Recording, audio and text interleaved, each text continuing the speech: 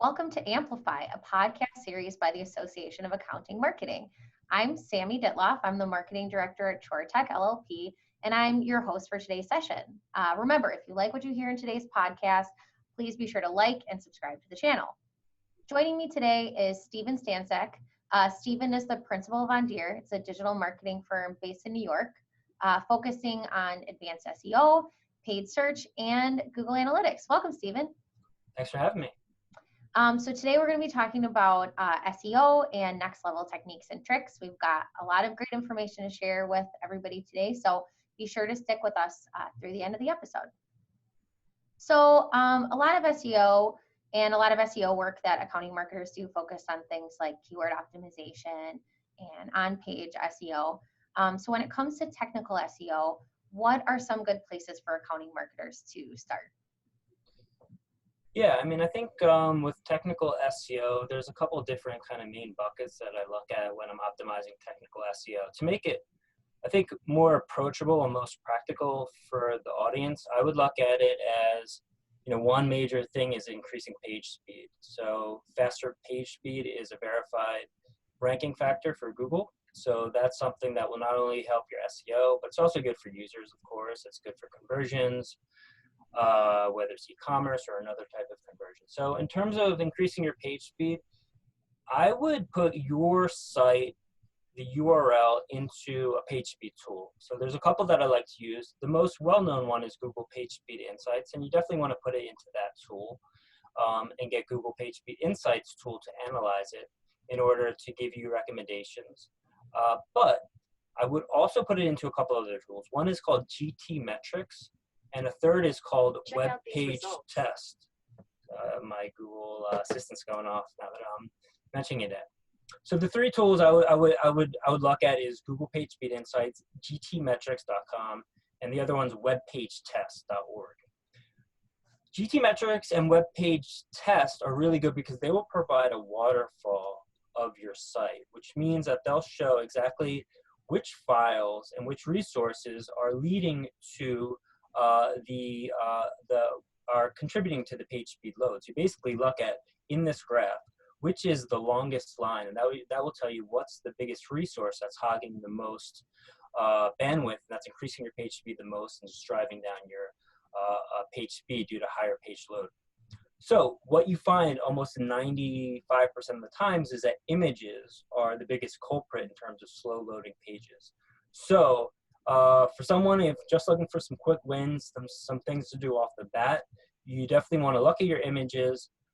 One, ideally have them under like 100 kilobytes before you upload them.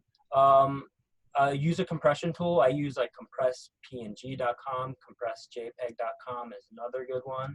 Also scale the images. Scaling means if the image is in a container that's 500 pixels wide on your website and you're loading in a 2000 pixel image, then it's just basically loading up a resource that's 4 times the size that it needs to be just to shrink it down, which makes no sense. So scaling and compressing images is by far the number one thing where you can get the biggest bang for your buck. It's not really that technical, like everyone understands what a file, image, and size are. So that's where I would start. A second thing is caching. So caching is basically providing a local resource of the web page. So when someone comes to your web page the second time, it's already loaded locally. So a lot of the resources will load automatically, and that will basically provide a lot higher speeds. Another thing is hosting. So you want to look for a fast host. If you're going with the cheapest option for hosting, you're not going to get the best performance in terms of web performance. So going with, if you're on WordPress, you might want to look at like a Kinsta, a WP Engine, a Parthenon, something like that, for example. That's not only a premium hosting a little bit more, but that's also the nice thing about that is that the servers are optimized specifically for settings. So, I know we're getting a little technical, but it's kind of, can't escape that with the question. But, like one thing, for example, that they do or that maybe you could do on your own is something like gzip compression. So server compression, which will really shrink down the page load by basically decreasing some of the white space, some of the characters that aren't needed to run the actual code, but will quicken the pace of the site. And then in addition to that, caching, hosting, then another thing that I would look at too is third-party scripts is a big one. So when you do that GT metrics and when you use that waterfall chart that I mentioned before, you might also see there's like JavaScript files that are maybe like a marketing tool you used like 3 years ago that you're no longer using. Those can really slow down your site. And if you're not using it, you maybe used Outbrain like 4 years ago and you're no longer using it, but you have the script on your site. That's something that's a really quick win. You can just probably have your developer take it off, and that can really kind of increase the page speed. So I'll definitely look at that. And then also a big thing that I find in a lot of sites is just broken links. Obviously broken links are a bad thing for users, but they're also a bad thing for SEO because they're going to show that basically that you're not kind of taking care of your site as much as possible. So that could hurt like essentially the overall reputation of your site. So there's many tools out there you can kind of search for broken links on your site. One that I use is Screaming Frog, so you might want to check that out. And then the second bucket, so that was page speed. The second bucket is really around, I would say, just indexing, which is basically, is Google finding the pages and are they showing them, aka indexing them in Google search results. So you can just do a simple Google search for like your specific domain, which is a site operator, site:/yourdomain.com, or even better, I would use Search Console, which is Google Search Console. It's like basically it's a tool that you can set up for your website, and it provides a lot of really good information on your general site health. Great for SEO metrics like what keywords are leading to your site. But in terms of crawling and indexing, it will basically look at what pages have they found and which pages are they showing, and most importantly, in some cases, which pages aren't they showing and why. So then you can get a sense of, if you aren't ranking, it might just be literally because your page is not in Google for some kind of technical reason. So you definitely want to check that out. And then if you're getting into more advanced technical SEO, I would definitely recommend like Schema Markup and structured data, which is just a really good way to kind of, explain basically in a detailed way what the front end of your web page is showing in a very structured way. So search engines can really understand that in a better way. And then I've seen a lot of really good results from implementing that kind of technical SEO tactic. Great. So you mentioned schema markup and structured data. Can you explain that a little bit more for people who aren't familiar with those concepts? Sure. So I guess I'll start with what are the main benefits of it from like an SEO, because if I get into the definition, it's just going to be maybe a little too hard to grasp. But the first thing I would mention is like, it's when you Google a certain search, a certain terms, and in the search results, you might see a result that is visually enhanced. There might be for a product, stars, where they show the aggregate rating. There could be a product image. For events, often you see schema markup enabled rich results on the top of the web page of google.com, Google search. And many other different kind of SERP features. A lot of those, not all of them, but a lot of those pull from something called schema markup, aka structured data. So basically, schema markup, at the end of the day, it's code that you put on the back end, but you don't necessarily need to be a developer to implement it whatsoever. There's a lot of plugins and extensions depending on what platform, what CMS, content management system that you're using. It's a common vocabulary that was developed by all the search engines, Google, Yahoo, Microsoft, Yandex in Russia, some others. Actually, I think it's mostly those four. And basically what it is it just tells search engine in a real clear way exactly what the web page is about. Take recipes, for example. A lot of times you'll see prep time and cook time directly in search results. Caloric information maybe. Review stars.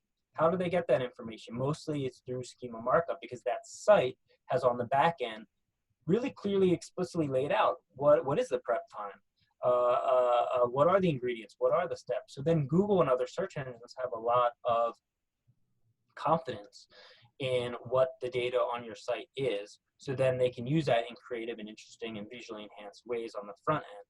Even if it doesn't lead to a rich result on the front end in Google search, though, it still just helps explain what the site's about, which is a big part of SEO. So there's different ways you can go about it in terms of implementing it. But the main thing is it's basically code that takes more free-form information on the front end of your website. It clarifies it in a more structured data form, almost like comparing like a Microsoft Word doc to like, Microsoft Excel spreadsheet. And search engines and any algorithms, any computers are obviously going to prefer in most cases the kind of structured spreadsheet-like data. And if you do implement that, it's a legitimate way to include a lot of those keywords. So you mentioned keyword optimization is big for a lot of the accounting and SEOs. I've seen a lot of uplift for people who have implemented schema markup. And so I would recommend, getting started in that or researching it some more. Awesome. So can you talk a little bit about structured data a little more, and what are some ways accounting marketers can incorporate that into their web content? Like, what kind of opportunities do you see?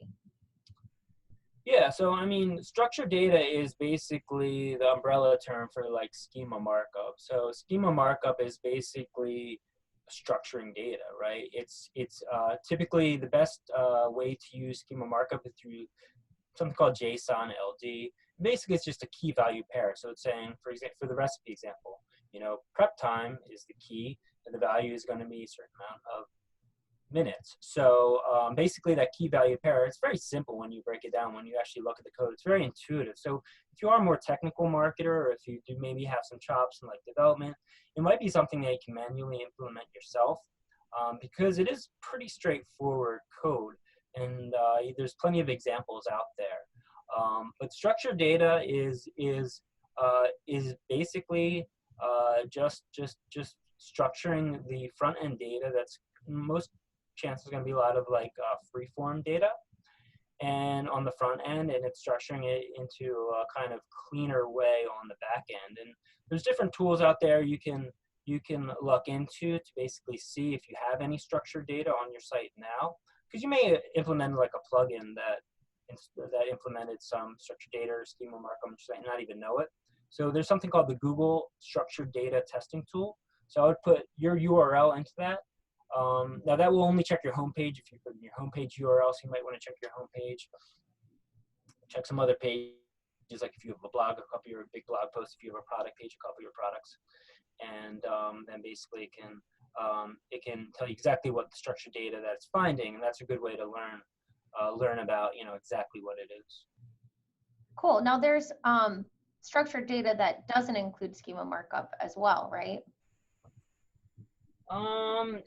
Yeah, there's structured data. I mean, I don't know how kind of wide you can go with the definition, but typically the way I look at it from an SEO, I almost use the terms interchangeably. But yeah, I mean, I think if you get into like knowledge graphs and like information theory, then structured data is a much bigger topic. But yeah, I mean, I don't know much about that, and I don't think for like an SEO discussion, honestly, it would, it's really too applicable. But yeah, I mean, for all intents and purposes, just basically consider schema markup from an SEO standpoint and structured data synonymous terms. So yeah, so if someone sees structured data or schema markup, they're likely to be talking about the same kind of thing. If someone sees that, yeah, in almost all cases, yeah. Yeah. Okay, great. So besides, I know you mentioned a couple plugins that people could take advantage of and things like that if they've got some development chops. What other guides or tools do you recommend to get started if people are interested in implementing things like schema markup on their website? There's a couple different resources that I would recommend, and I actually consolidated these in a resource guide that's on the Ondyr site if you want to check that out, or just email me at steven@ondyr.com, ONDYR. and I can just send that over to you. But basically, I mean, the main resources in terms of like official documentation, schema.org is the main site that has a listing of the over 600 different types of schema that you can implement on your site. It's a little bit dry, it's a little technical. That's one of the reasons why we talk about it so much on our blog, to make it a little bit more approachable, add some more real life examples.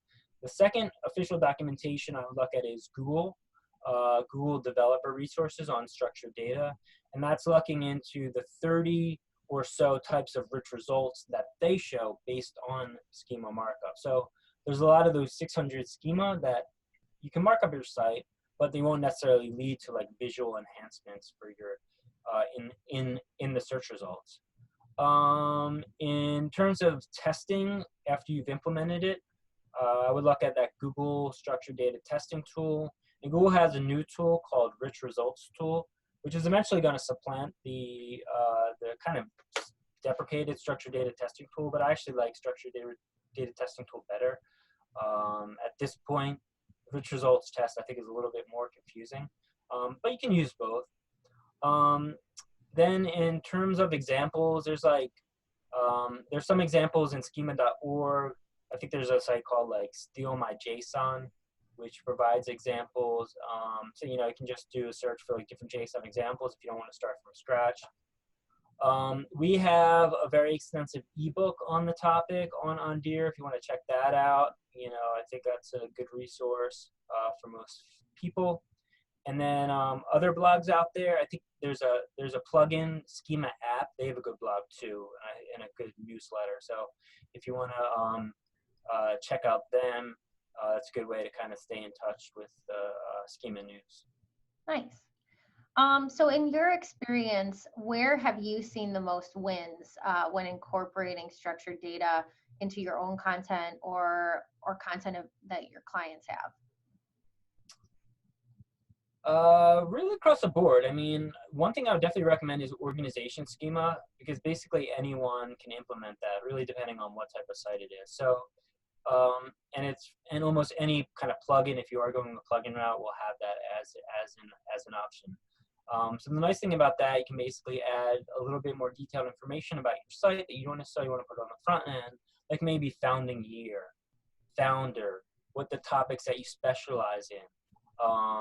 So these are just ways that you can basically, even if you do have them on the front end, it's a good legitimate place to put them in the back end that search engines love to see.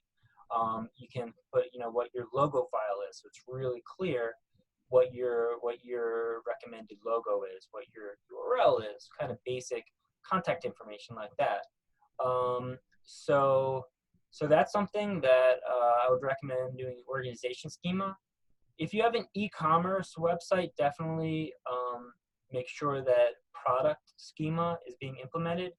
A lot of CMSs these days will have it automatically included, like, you know, I believe like WooCommerce or like Shopify will probably automatically have that in most cases. So check first before you look at doing it yourself from scratch, because it might just already be implemented, but it might not be implemented like 100% correctly as well.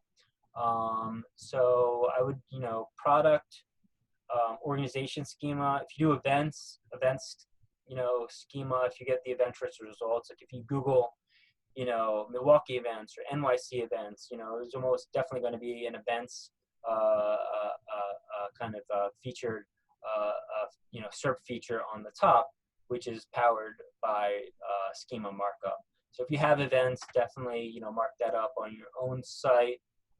Job listings is another one that might, you know, resonate with some folks on the meeting, where you can basically mark up your job, you know, with like salary and benefits and maybe minimum education or whatever those kind of major details are. And then Google will take that information and put it right top, front, and center on search results around jobs if they see a fit. So a great way to really expand your presence. So that's so those are kind of three that I recommend. Maybe a fourth actually now that I think about is you can mark up also your blog posts and your articles.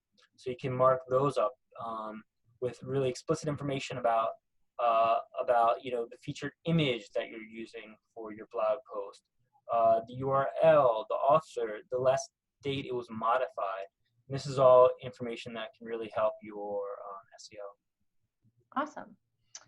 Do you have any other advice for accounting SEOs that you want to leave us with? I would say in general, in terms of SEO, I would say, one, make sure that if you just do your homework and do your research up front. A lot of people like to talk about things that you can do to your existing site, but a lot of times, you want to make sure that you kind of bake in SEO and bake it into your website strategy. So if you're launching a new website, you're going to want to make sure that you kind of build SEO into the infrastructure, into the site itself. So I would bring on, either if it's in-house or a consultant or an agency, someone who has a good understanding of SEO, to let you know how to structure your website, to look at competitors and what they're doing in terms of where they're having success with SEO, to look at, to do some keyword research, to look at how are people actually searching for the terms in your industry, and what are the ones that are realistic to rank for, and what are the ones that maybe aren't great fits for target keywords because they're super competitive. And then of course, I would, on the back end, I would look at reporting. So I would look at your Google Analytics and Google Search Console and tools like that to make sure that, that you're keeping an eye on the metrics and the stats for SEO and all the kind of key performance indicators. So yeah, I think those are the major things that I would recommend from kind of this SEO realm. Awesome. All right. Well, thanks so much for joining us today, Stephen. And you shared a lot of great information, helping us take our SEO game to the next level. So thank you so much. Great. Thanks again for having me. This wraps up another episode of Amplify. Please watch another podcast from the Association for Accounting Marketing next month. And Stephen, so if they want to reach out to you, they can email you, visit your website with questions. Yeah, absolutely. You can email me, Stephen with a PH at ondyr.com. And then of course we're on all the kind of social media platforms at Ondyr Marketing. So you can find us that way. But yeah, feel free to contact me through the website or email or social media. Perfect. And as always, remember to aim high. Power up, listening. We're all